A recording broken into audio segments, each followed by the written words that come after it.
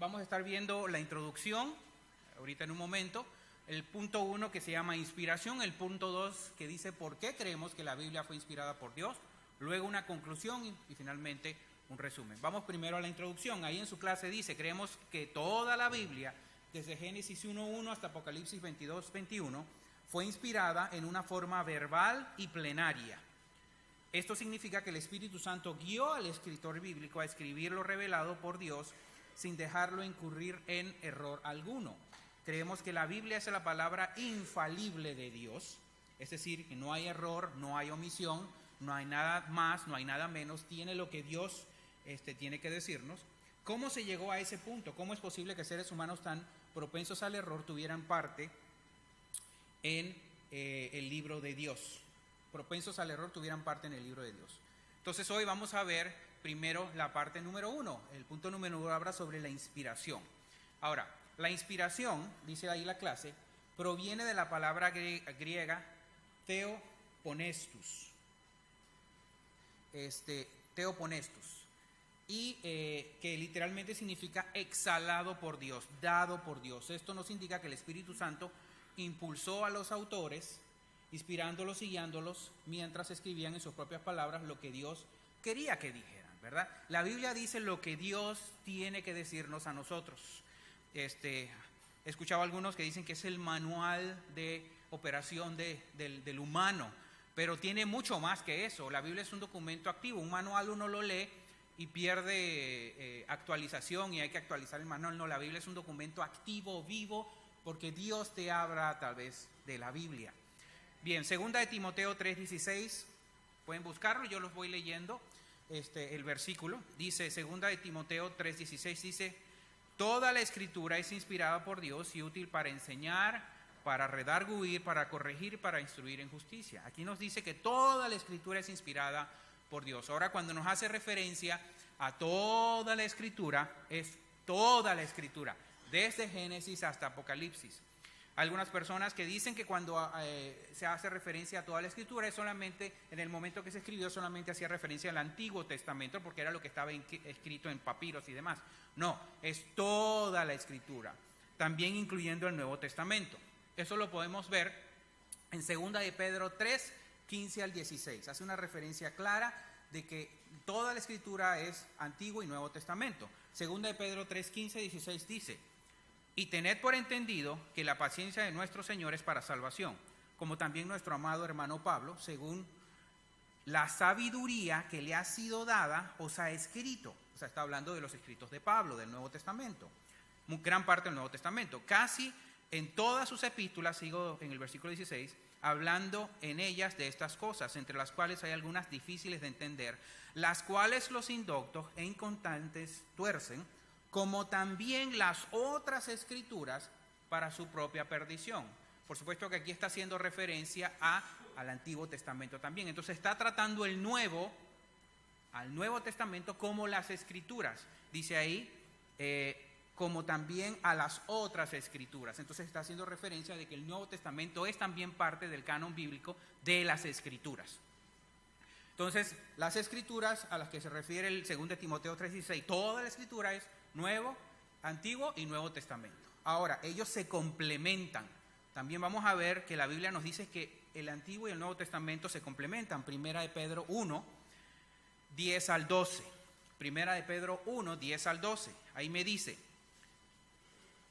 los profetas que profetizaron de la gracia destinada a vosotros, inquirieron y diligentemente indagaron acerca de esta salvación, escudriñando qué persona y qué tiempo indicaba el Espíritu de Cristo que estaba en ellos, el cual anunciaba de antemano los sufrimientos de Cristo y la gloria que vendría tras ellos. Y dice el 12, a esto se les reveló que no para sí mismos, o sea, no es la profecía o del Antiguo Testamento que fue dada a través de los profetas, no fue dada para ellos, sino para nosotros.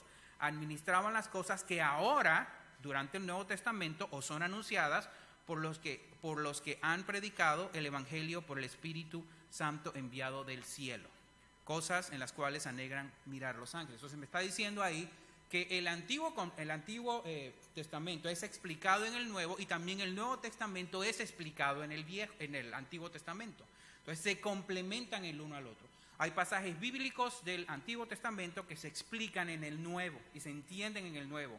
Cristo mismo explicó algunos de ellos. Y también hay pasajes del Antiguo Testamento que solamente puedes entender si estudias el Antiguo Testamento. Entonces se complementan. Entonces toda la escritura que se complementa Antiguo y Nuevo es a lo que hace referencia aquí, fue inspirada por Dios. Ahora bien, inspiración. Ya vimos que la inspiración viene de la palabra griega theoponestos, que ahí está escrito en griego también. Exhalada por Dios, dada por la inspiración de Dios. Ahora, el Espíritu Santo impulsó a los autores, inspirándolos y guiándolos, mientras decían en sus propias palabras. Eso quiere decir que Dios utilizó sus mentes, las mentes de los escritores, el vocabulario de los escritores y la experiencia de los escritores para poner su palabra, lo que Dios quería que dijeran, pero de una manera perfecta. Podemos ver Hebreos 1.1.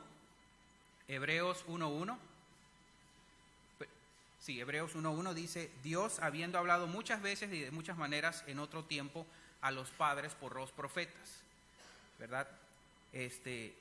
Dios hablaba a los profetas directamente y los profetas, a través de su mente, su vocabulario y experiencia, ponían lo que Dios quería, lo que Dios les estaba diciendo. Ahora, Primera de Tesalonicenses 2.13, Primera de Tesalonicenses 2.13, nos dice: por lo cual también nosotros sin cesar damos gracias a Dios de que cuando recibisteis la palabra de Dios que oísteis de nosotros, la recibisteis no como palabra de hombres, aunque quizás tenía vocabulario de hombres y algunas cosas, experiencias de hombre, sino según es en verdad la palabra de Dios, la cual actúa en vosotros los creyentes. Entonces eso quiere decir que aunque utilizó escritores en diferentes tiempos, puso exactamente lo que quería poner Dios. Algunas veces sí les decía exactamente, letra por letra, lo que tenían que decir. Dice Jeremías 1.9: y extendió Jehová su mano y tocó mi boca y me dijo Jehová: he aquí he puesto mis palabras en tu boca.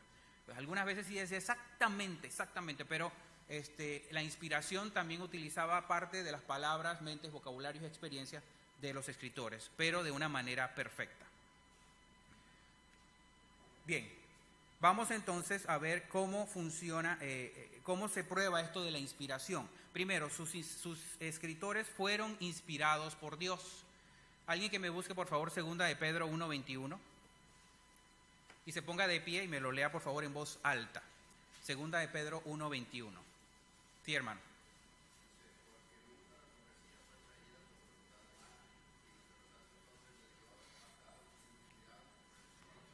Los santos hombres, gracias hermano, los santos hombres de Dios hablaron siendo inspirados por el Espíritu Santo. Entonces vemos aquí que los escritores fueron inspirados. La Biblia no es producto de la imaginación, inteligencia, esfuerzo o voluntad humana. Seríamos seres demasiado sabios para poder escribir algo así. Y ahorita vamos a ver por qué. Porque hay diferencias de tiempo, hay diferencias de regiones, hay muchas diferencias que hubieran hecho esto imposible. Ni siquiera en la actualidad, hoy con el internet y las comunicaciones globales, se hubiera podido lograr esto. Ahora también, de hecho, los profetas... Dice la Biblia que los profetas de hecho no entendían humanamente hablando las escrituras que hablaban o que escribían. Especialmente, por ejemplo, el misterio de Cristo. Primera de Pedro 1, 10 al 11. Primera de Pedro 1, 10 al 11 me dice: los profetas que profetizaron de la gracia destinada a vosotros inquirieron y diligentemente indagaron acerca de esta salvación. Inquirieron diligentemente acerca de esta salvación, o sea que estudiaban de qué estaban hablando. Dios les ponía la inspiración, ellos hablaban lo que Dios les decía, pero ellos tenían que estudiar lo que ellos mismos decían porque Dios se los ponía.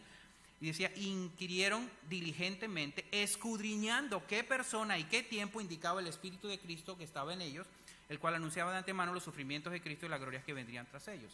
Ellos no entendían a cabalidad quién, que iba a ser una persona, cómo iba a ser Jesús, en qué día exacto.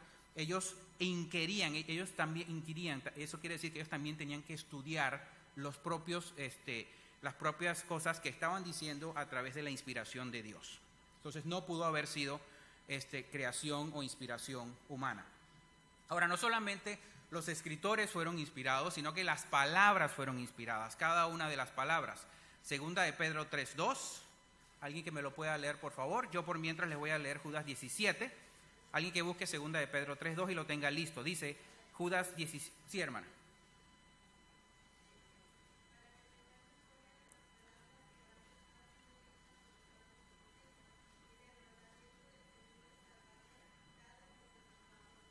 Gracias, hermana. Que tengáis memoria de las palabras. Y Judas 17, pero vosotros, amados, tened memoria de las palabras que antes fueron dichas por los apóstoles de nuestro Señor Jesucristo. Ahora, las palabras también fueron utilizadas.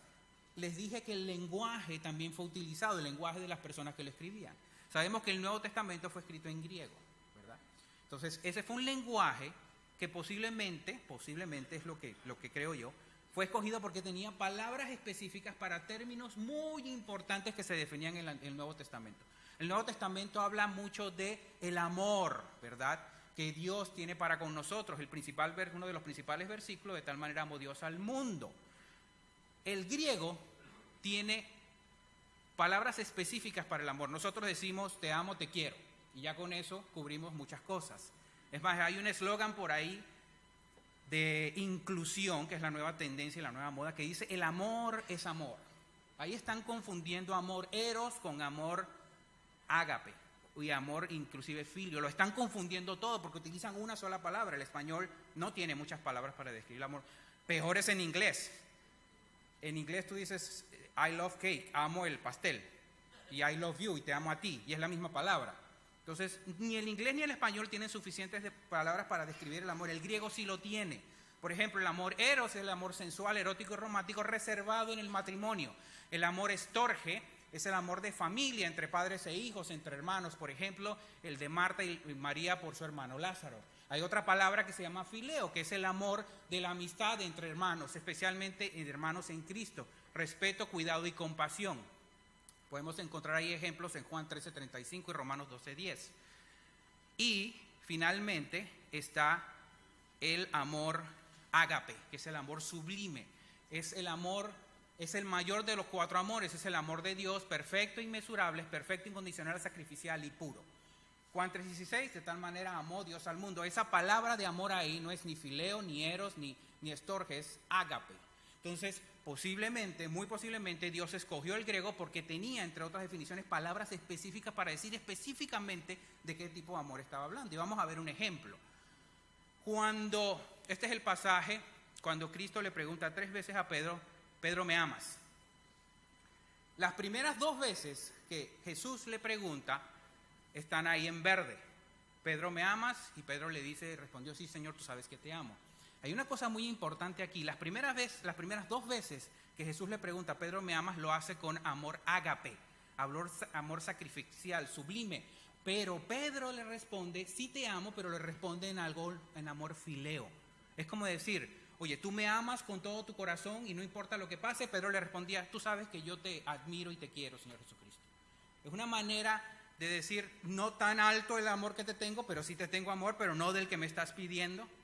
Y finalmente, en la tercera vez que Cristo le pregunta a Pedro, Pedro, ¿me amas?, ya cambia y no utiliza amor ágape, utiliza amor fileo.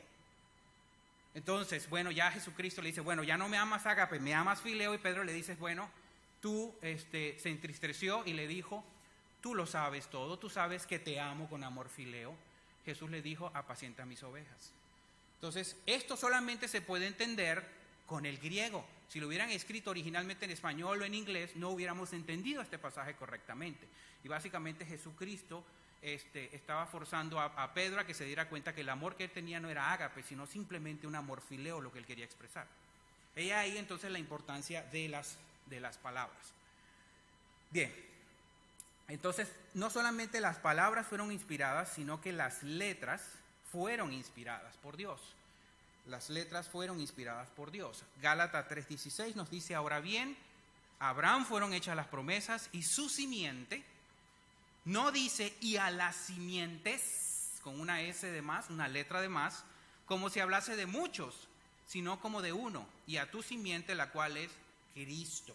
Entonces aquí vemos que la misma Biblia explica que no habla de la descendencia total de Abraham y de todos los árboles y de todos los judíos. Aquí está hablando solamente de la simiente y hace referencia a Cristo. Y eso es una diferencia de una sola letra. Ahora, las marcas o señalamientos ortográficos también fueron inspirados por Dios. inclusive las marcas o señalamientos ortográficos. Vamos a ver el siguiente ejemplo. Bueno, ahí en Mateo 5:18 me dice: porque de cierto os digo que hasta que pasen el cielo y la tierra, ni una jota ni una tilde pasará de la ley, hasta que todo se haya cumplido. La jota a la que hace referencia la traducción Reina Valera es una yod que corresponde a la 10ª letra del alfabeto, y es esa marquita que está ahí en rojo a mano izquierda, específicamente el hebreo arameico. Es una pequeña marquita, parece una especie de tilde. Pero eso lo que quiere decir es que es la letra que no pasará ni siquiera la letra más chica del alfabeto hebreo. Y la tilde es una extensión que se le hace a una letra. Y esa pequeña extensión, como vemos ahí a mano derecha, la diferencia entre bet y kaf, que sería la equivalencia de la B y la K nuestra, está por una pequeña marquita ahí a mano derecha inferior. Esa pequeña marquita hace una diferencia de letras. Es lo que la Biblia está diciendo, que esa pequeña diferencia o esa letrita pequeña no pasará. O sea, las cosas más insignificantes de la Biblia, por más pequeña que uno las vea, no pasarán. Todas se van a cumplir. No tomes nada a la ligera en la Biblia. Todo, ni siquiera lo que tú consideres más insignificante va a pasar. Va a dejar de pasar. Y ahí vemos, por ejemplo, la iota. Ahí está el alfabeto, o creo que es parte del alfabeto hebreo. Creo que el hermano Juan nos puede decir mejor, pero la yod es la letra más pequeña y lo vemos. Pero también la tilde es el equivalente al día de hoy a hacer una diferencia grande. La tilde es la rayita esa que hace diferencia entre nuestra O y nuestra Q. Esa rayita que tiene la Q que le hace diferencia de la O, eso se llama tilde. También la que va arriba de la ñ, ¿verdad?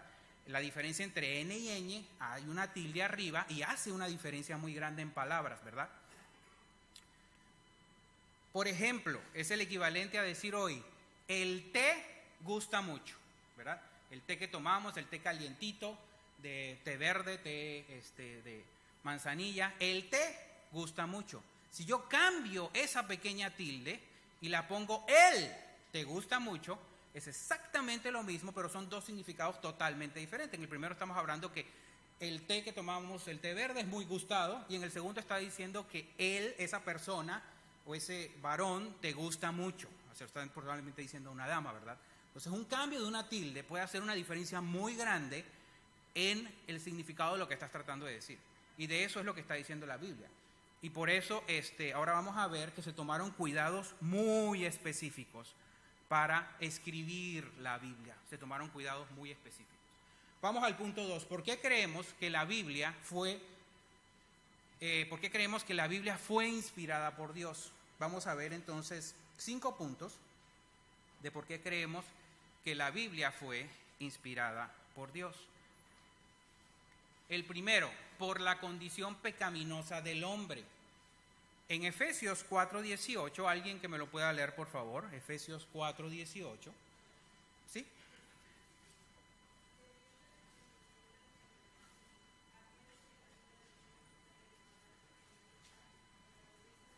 Gracias, hermana.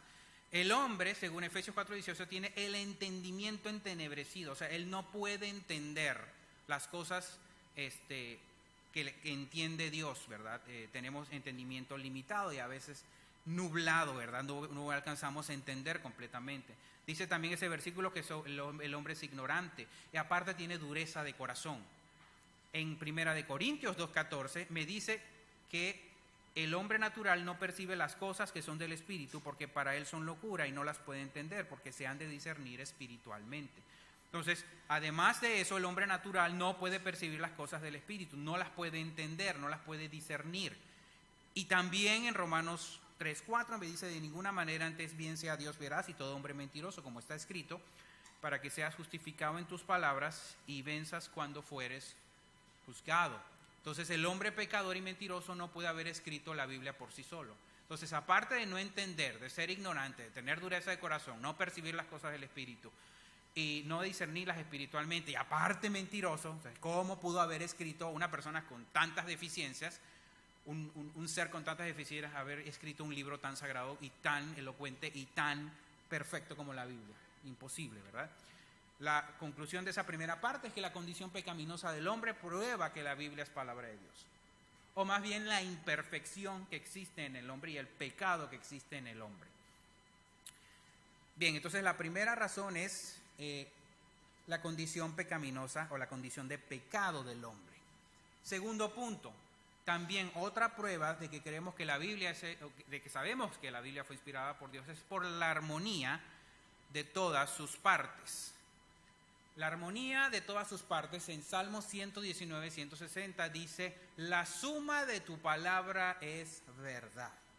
No solamente dice tu palabra es verdad, dice que la suma de, el acumulado de, el añadir todas las partes de la Biblia entera es la verdad. Esto me está hablando aquí de otra cosa muy importante, que es la autoconsistencia de la Biblia, que la Biblia concuerda en todos sus libros y se interpreta y explica a sí misma. En pocas palabras, no puedo tomar un pasaje y darle una interpretación privada, aislándolo del resto de todos sus escritos. Segunda de Pedro 1:20 me dice, entendiendo primero esto, que ninguna profecía de la Escritura es de interpretación privada.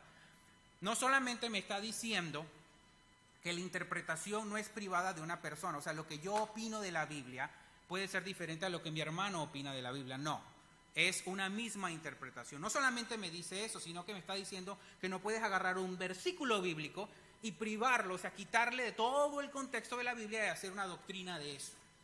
No se puede. Y esa consistencia la podemos ver, por ejemplo, en Mateo 16, 18. Mateo 16, 18 me dice: y yo también te digo que tú eres Pedro, y sobre esta roca edificaré mi iglesia, y las puertas del Hades no prevalecerán contra ella.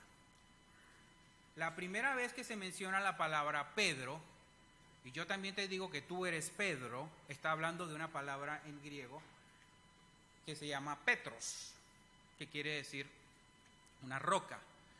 Y sobre esta roca, Petros es una piedra pequeña.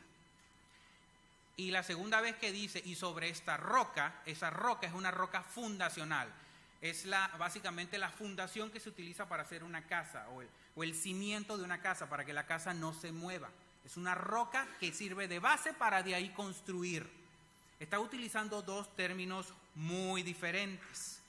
Ahora, ¿qué sucede con esto? Este versículo, si se agarra fuera de contexto, es lo que ha resultado en una doctrina falsa, donde hay una religión que dice que Pedro tiene las llaves de los cielos y que Pedro es el que decide quién entra y quién no entra. Y eso no es lo que está diciendo el versículo bíblico. ¿Por qué? Porque hay otros versículos que me dicen claramente, por ejemplo, Mateo 7:24, cualquiera pues que me oye estas palabras y las hace, las comparará a un hombre prudente que edificó la casa sobre la roca. Roca ahí está hablando de Petra. El mismo Pedro lo explica en primera de Pedro 2:6 al 8, lo explica y dice: por lo cual también contiene la escritura, he aquí pongo en Sión la piedra del ángulo, escogida, preciosa, y el que creyere en él no será avergonzado. Para vosotros pues los que creéis, él es precioso, pero para los que no creen, la piedra de los edificadores desecharon, ha venido a ser cabeza del ángulo. Piedra, cabeza del ángulo. La cabeza del ángulo es la piedra fundacional de una casa. Es la misma Petra a la que hace referencia en rojo aquí de Mateo 16, 18. Piedra de tropiezo y roca que hace caer, porque tropiezan en la palabra siendo desobedientes, a los cuales fueron también destinados. Yo puedo agarrar este versículo solo y decir, bueno, de repente sí, Pedro es la roca fundacional de la iglesia, pero si leo muchos otros versículos veo que el mismo Pedro explica: no soy yo, es Jesucristo, Él es la roca fundacional. A eso es lo que hace referencia, ¿verdad? Entonces eso es agarrar un versículo fuera de contexto y hacerlo toda una doctrina y toda una religión. Ahora, también hay otras consistencias, por ejemplo, esta es la que hacía referencia, donde Pedro está explicando a qué roca se refiere, y esa roca Petra a la que hace referencia es Jesucristo. Ahora, hay otro ejemplo en Primera de Corintios 10, 1 al 4, ahí está en sus pantallas, lo podemos leer. Dice: porque no quiero, hermanos, que ignoréis que nuestros padres todos estuvieron bajo la nube y todos pasaron el mar, y todos Moisés fueron bautizados en la nube y en el mar, y todos comieron del mismo alimento espiritual y todos bebieron la misma bebida espiritual, porque bebían la roca espiritual que los seguía. La roca era Cristo. Aquí me está diciendo que la roca era Cristo y esa roca ahí es Petra. Es la del versículo anterior que vimos. Entonces estamos viendo que la roca claramente es Cristo. Y hay otros ejemplos, ¿verdad? De doctrinas que se toman fuera de contexto. Y esto es, hermanos, si nos visitas, si nos estás visitando esta mañana, esto es Biblia, ¿verdad? No estamos aquí tratando de atacar religiones, estamos exponiendo la palabra de Dios. Hay doctrina que habla sobre la virginidad de María, que María es la madre de Dios, que las oraciones que se le hacen a María son las que son poderosas y que María intercede por nosotros. Y hay varios versículos que me dicen totalmente lo contrario, ¿verdad? Porque toman un versículo y de ese versículo hacen una doctrina. No, tienes que leer toda la Biblia en su contexto. Ahí están, después más adelante si quiere me pregunta, yo se los puedo hacer llegar. También hay una consistencia histórica. La Biblia fue escrita en regiones diferentes, en lugares diferentes. No solamente fue, ahora estos lugares hoy en avión se alcanzan 2, 3, 4 horas. En ese tiempo eran semanas de viaje y eran lugares muy distantes. No solamente eran lugares distantes, 23 regiones separadas en grandes distancias, sino que perdón, eso no se ve, pero en tiempos muy diferentes, de casi de 1500 años de diferencia desde el primer libro hasta el último libro que se escribió de la Biblia. ¿Cómo se pudieron haber puesto de acuerdo? Ni geográficamente ni en cuestiones de tiempo se pudieron haber puesto de acuerdo. Entonces vemos que fue imposible haberse puesto de acuerdo. No puedes entonces tomar un pasaje y dejarlo de interpretación privada, ya vimos. Entonces la armonía de todas sus partes prueba que la Biblia es la palabra de Dios.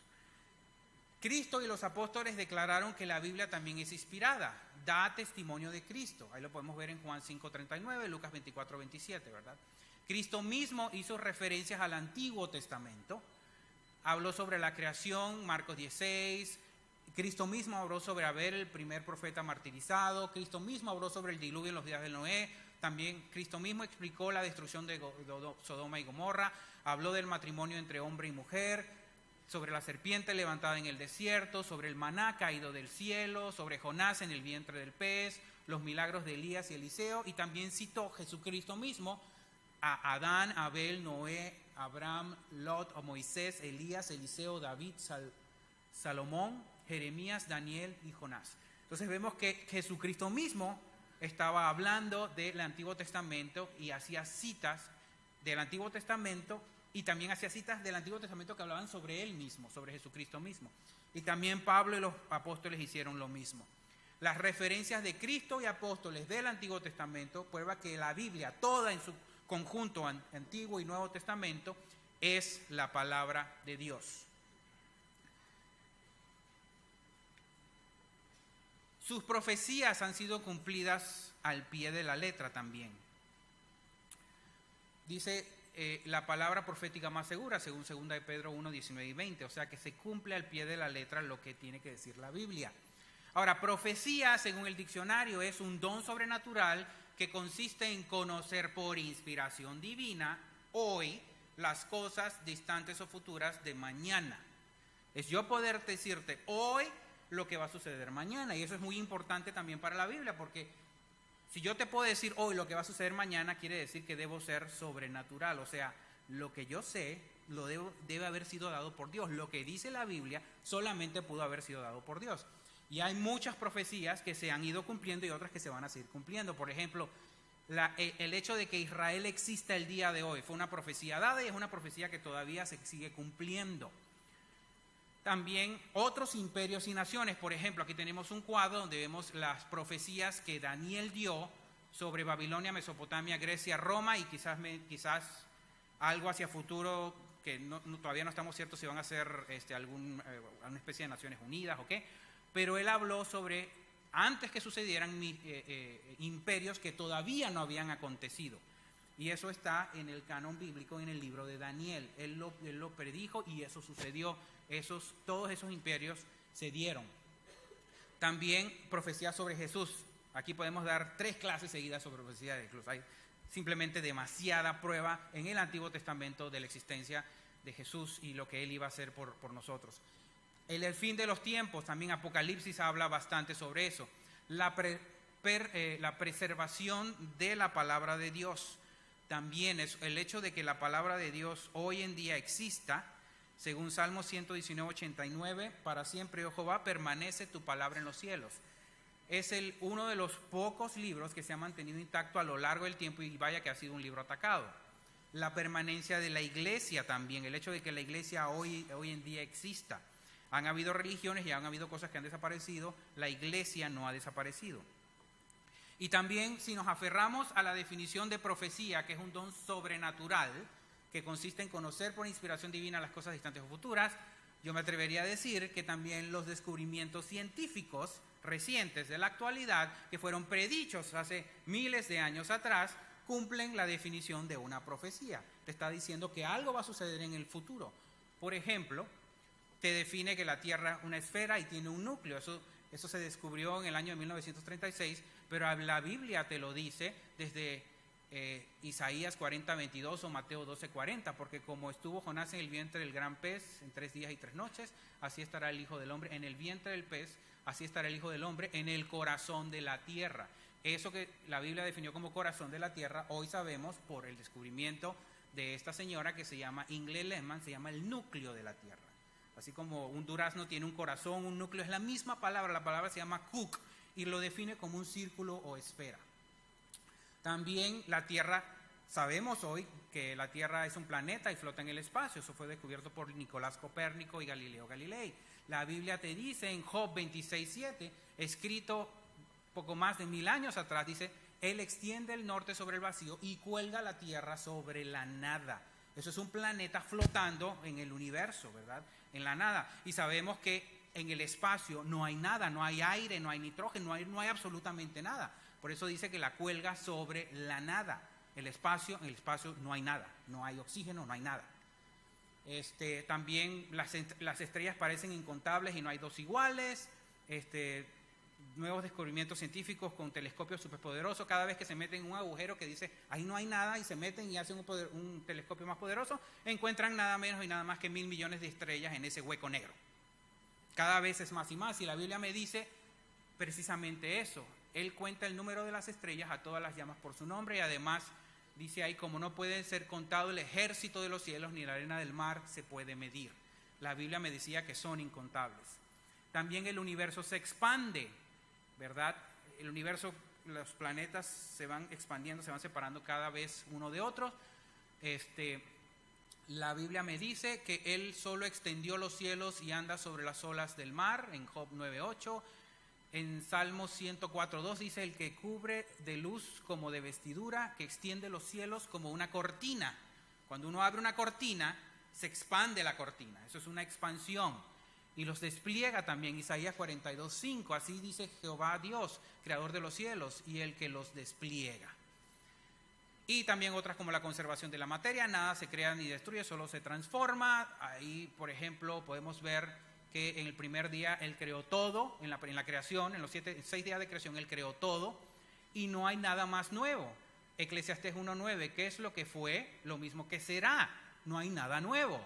¿Qué es lo que ha sido hecho? Lo mismo que se hará, y nada hay nuevo debajo del sol. Eso me quiere decir que en Génesis, en los 6 días de la creación, todo se creó y no hay nada nuevo, no hay una partícula nueva, no hay un átomo nuevo, nada nuevo, simplemente todo fue creado en los días de la creación. Eso es la ley de la conservación de la materia. La materia no se crea ni se destruye, solo se transforma, no se crea, no puede haber nada nuevo. Eso me lo dijo la Biblia hace cientos de años. Y uno de mis favoritos es las proporciones de un barco ideal. Me metí a internet, busqué un barco de estos de crucero que si se mueve un poquito, pues la gente no se va a subir ahí porque va a estar todo el trayecto vomitando, ¿verdad? Pero tiene que ser un barco estable, no se puede mover. Las dimensiones de ese barco es 36 metros de largo por 60 de ancho. Eso es 6:1. Y en Génesis 6:15, cuando hizo el arca de Noé, de esta manera lo harás de 300 codos de longitud de arca y 50 codos de anchura y de 30 codos su altura. La misma proporción, 6:1. Cuando se creó el arca de Noé, es la misma proporción que utilizan los barcos hoy para mantener estabilidad. Eso es una manera de decir profecía. Te voy a decir algo hoy, 1000 años antes, y tú dentro de 1000 años vas a descubrir que lo que te estoy diciendo es verdad y se cumple. Entonces, descubrimientos científicos recientes, incluyendo todas las profecías que hay en la Biblia, nos dan las profecías cumplidas de la Biblia, prueban que la Biblia es la palabra de Dios. Y finalmente, por su poder espiritual. No ha habido ni nunca habrá un libro que transforme a un pecador perdido y sumido en sus pecados en una persona justa, sabia y sincera, como la Biblia ha transformado a miles y miles a través de los siglos. Y yo creo que esto no habría que explicarlo mucho, ¿verdad? Todos aquí hemos sido transformados por el poder de la palabra de Dios. Antes de nosotros conocer a Dios, conocer a Cristo y leer la Biblia, nos comportábamos de una manera muy diferente a la que nos comportamos hoy en día. Solo para darles un ejemplo, antes de leer la Biblia y conocer a Jesucristo, un domingo como hoy estuviéramos probablemente en nuestra casa durmiendo, ¿verdad? Disfrutando del domingo en la mañana. Hoy en día no, hoy estamos en una iglesia. Eso es el poder que transforma tu voluntad, transforma tus deseos, transforma tus prioridades. Y te das cuenta que sin Dios no eres nada y a Dios se le debe todo y que en Jesucristo hay salvación y que solamente a través de Él podemos alcanzar la salvación y llegar al cielo. Y estamos aquí por agradecimiento, no porque estamos buscando ganarnos el cielo. Ya el cielo fue ganado por Cristo, nosotros recibimos esa salvación y aquí estamos por agradecimiento.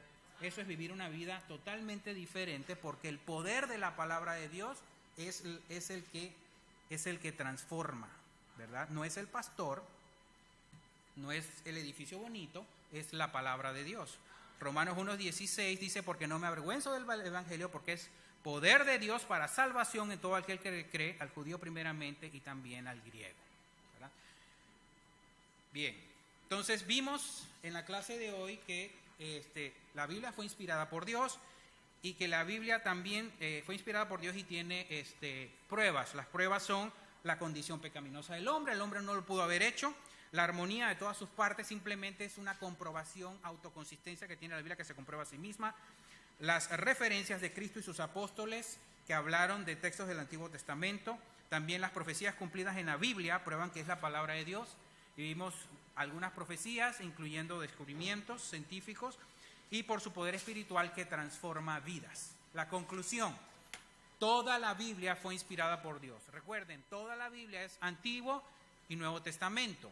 La Biblia no solo contiene la palabra de Dios, sino que es la palabra de Dios de manera activa. Hoy te dice una cosa, el mismo pasaje, el otro año lo vuelves a leer, te dice otra cosa porque Dios te habla a través de eso.